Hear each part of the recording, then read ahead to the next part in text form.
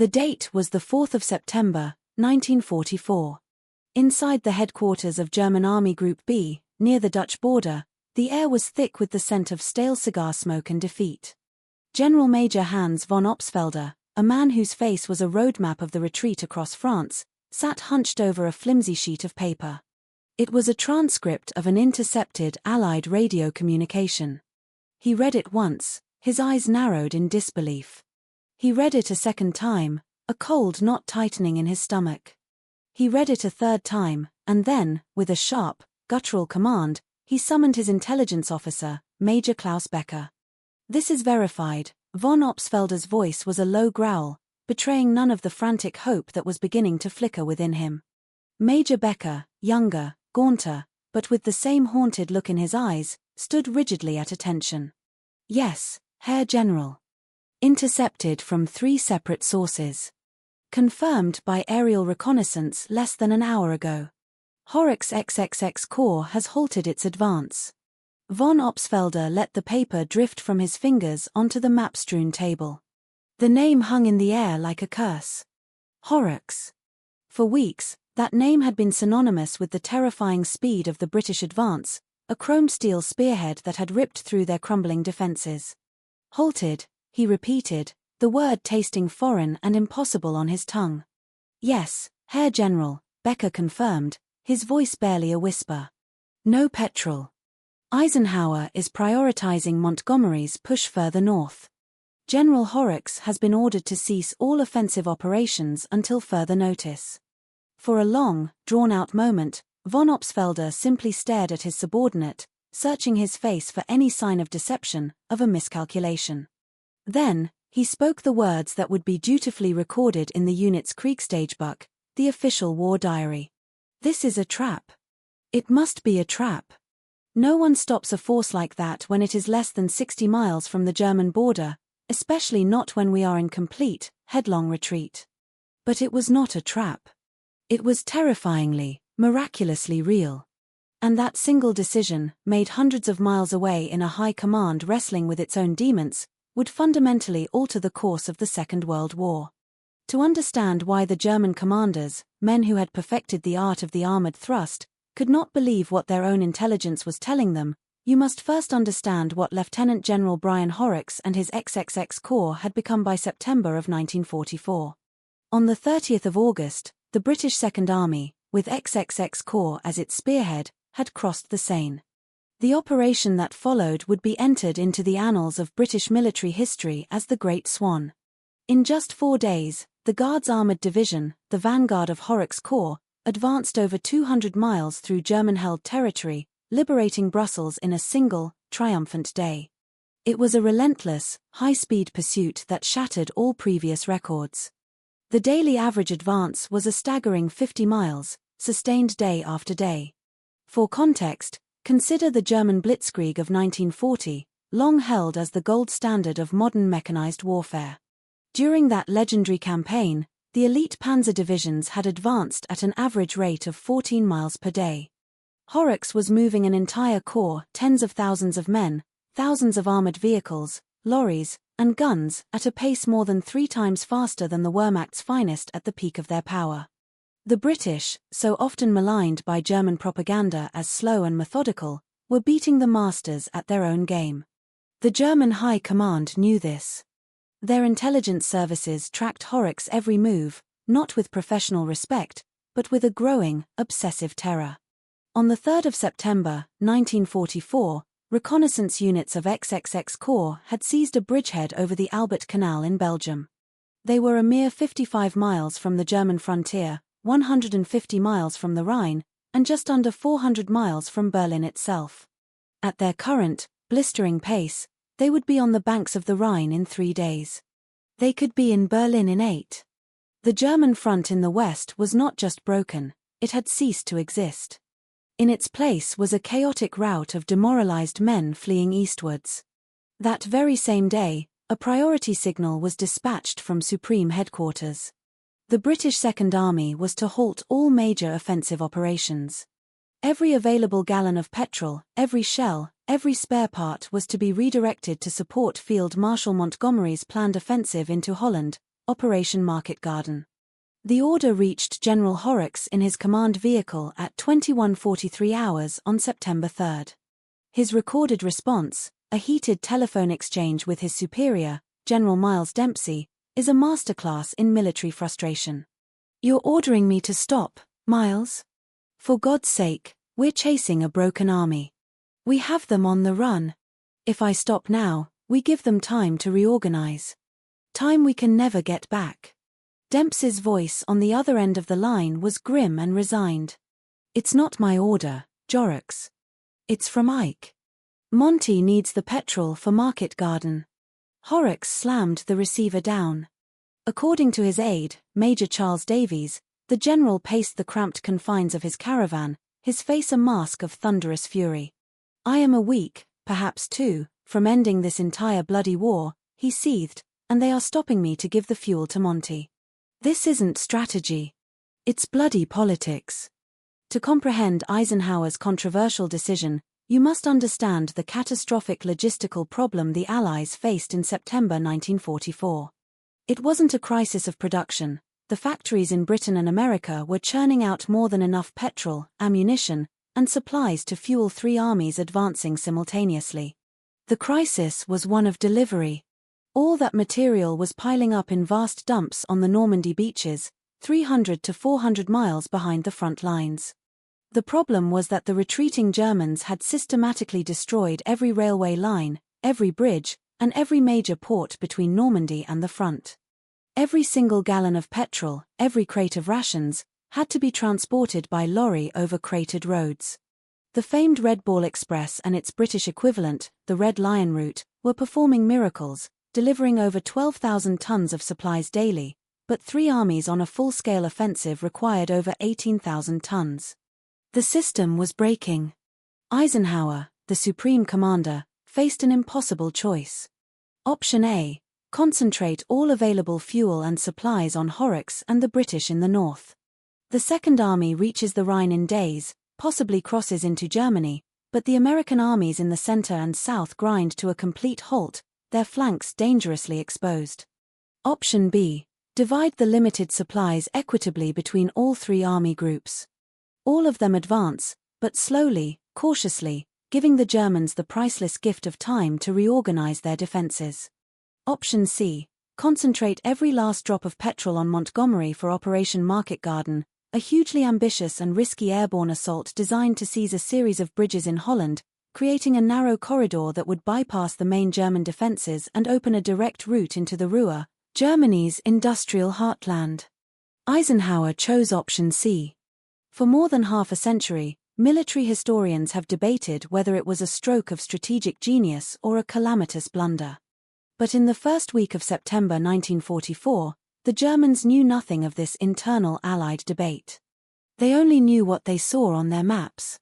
Horrocks' armored divisions were advancing like a tsunami, and then, suddenly, inexplicably, they had stopped.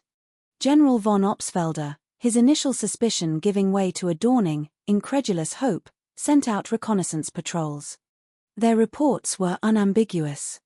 The British armored divisions were static. There was no offensive movement. Some Cromwell and Sherman tanks were literally abandoned at the sides of roads, their petrol tanks bone dry, the crews brewing tea in the ditches beside them. On the 6th of September, German signals intelligence intercepted another communication, one that laid bare the Allies' desperation.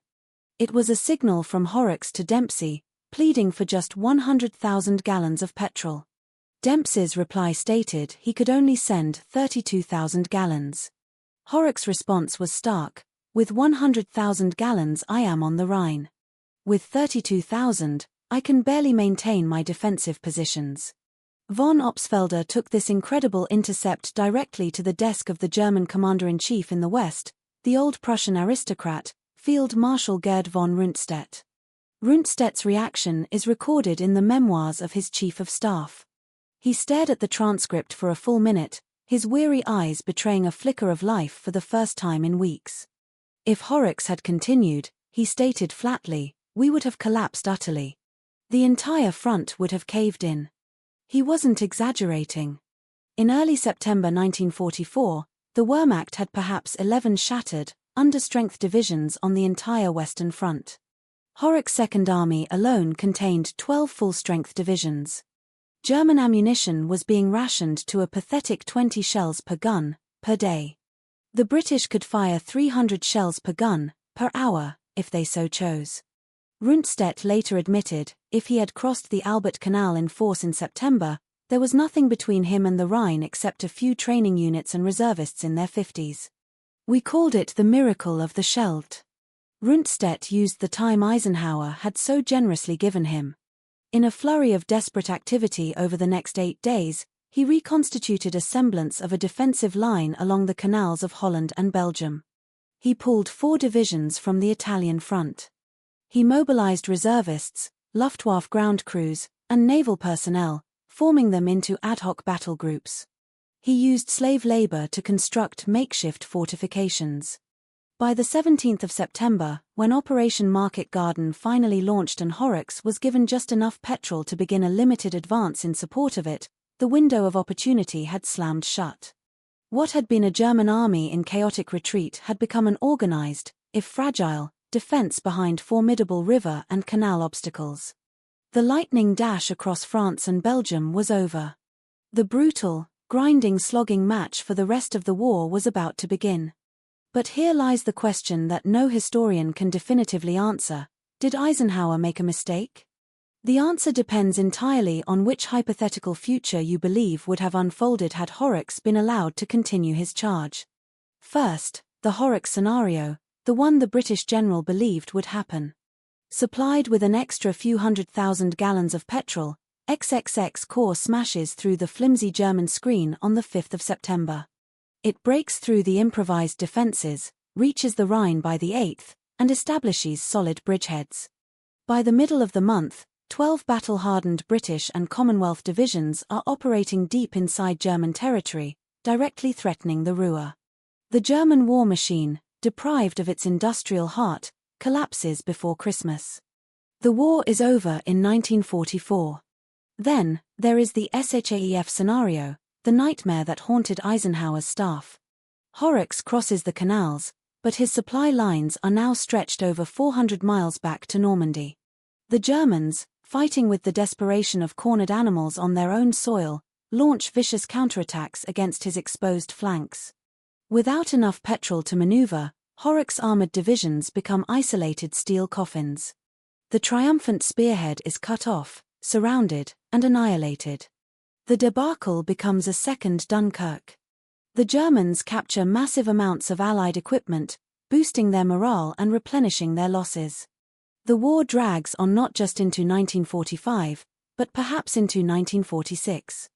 What we know for certain is this: Operation Market Garden, the great offensive that received the petrol Horrocks so desperately needed, was launched on September 17, 1944.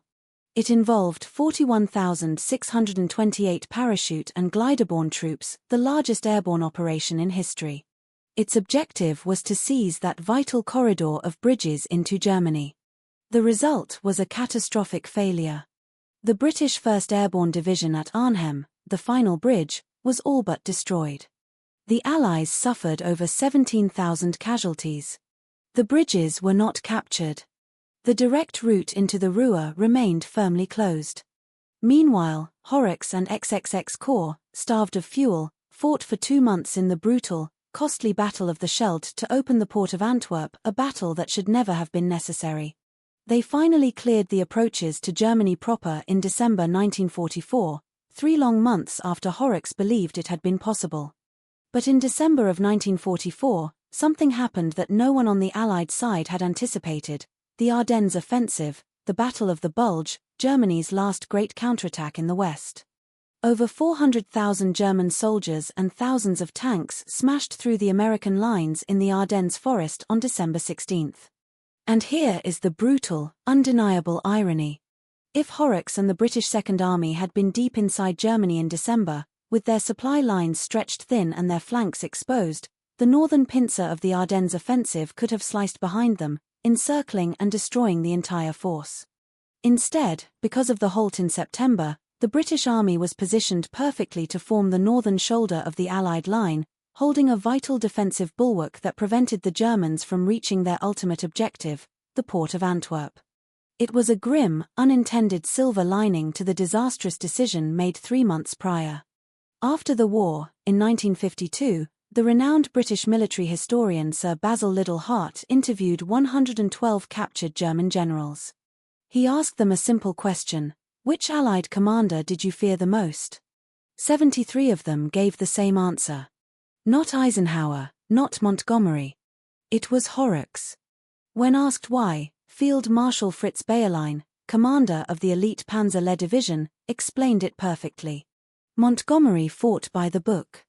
He was predictable. He amassed overwhelming force and ground you down. We could plan for that. Horrocks fought like a German.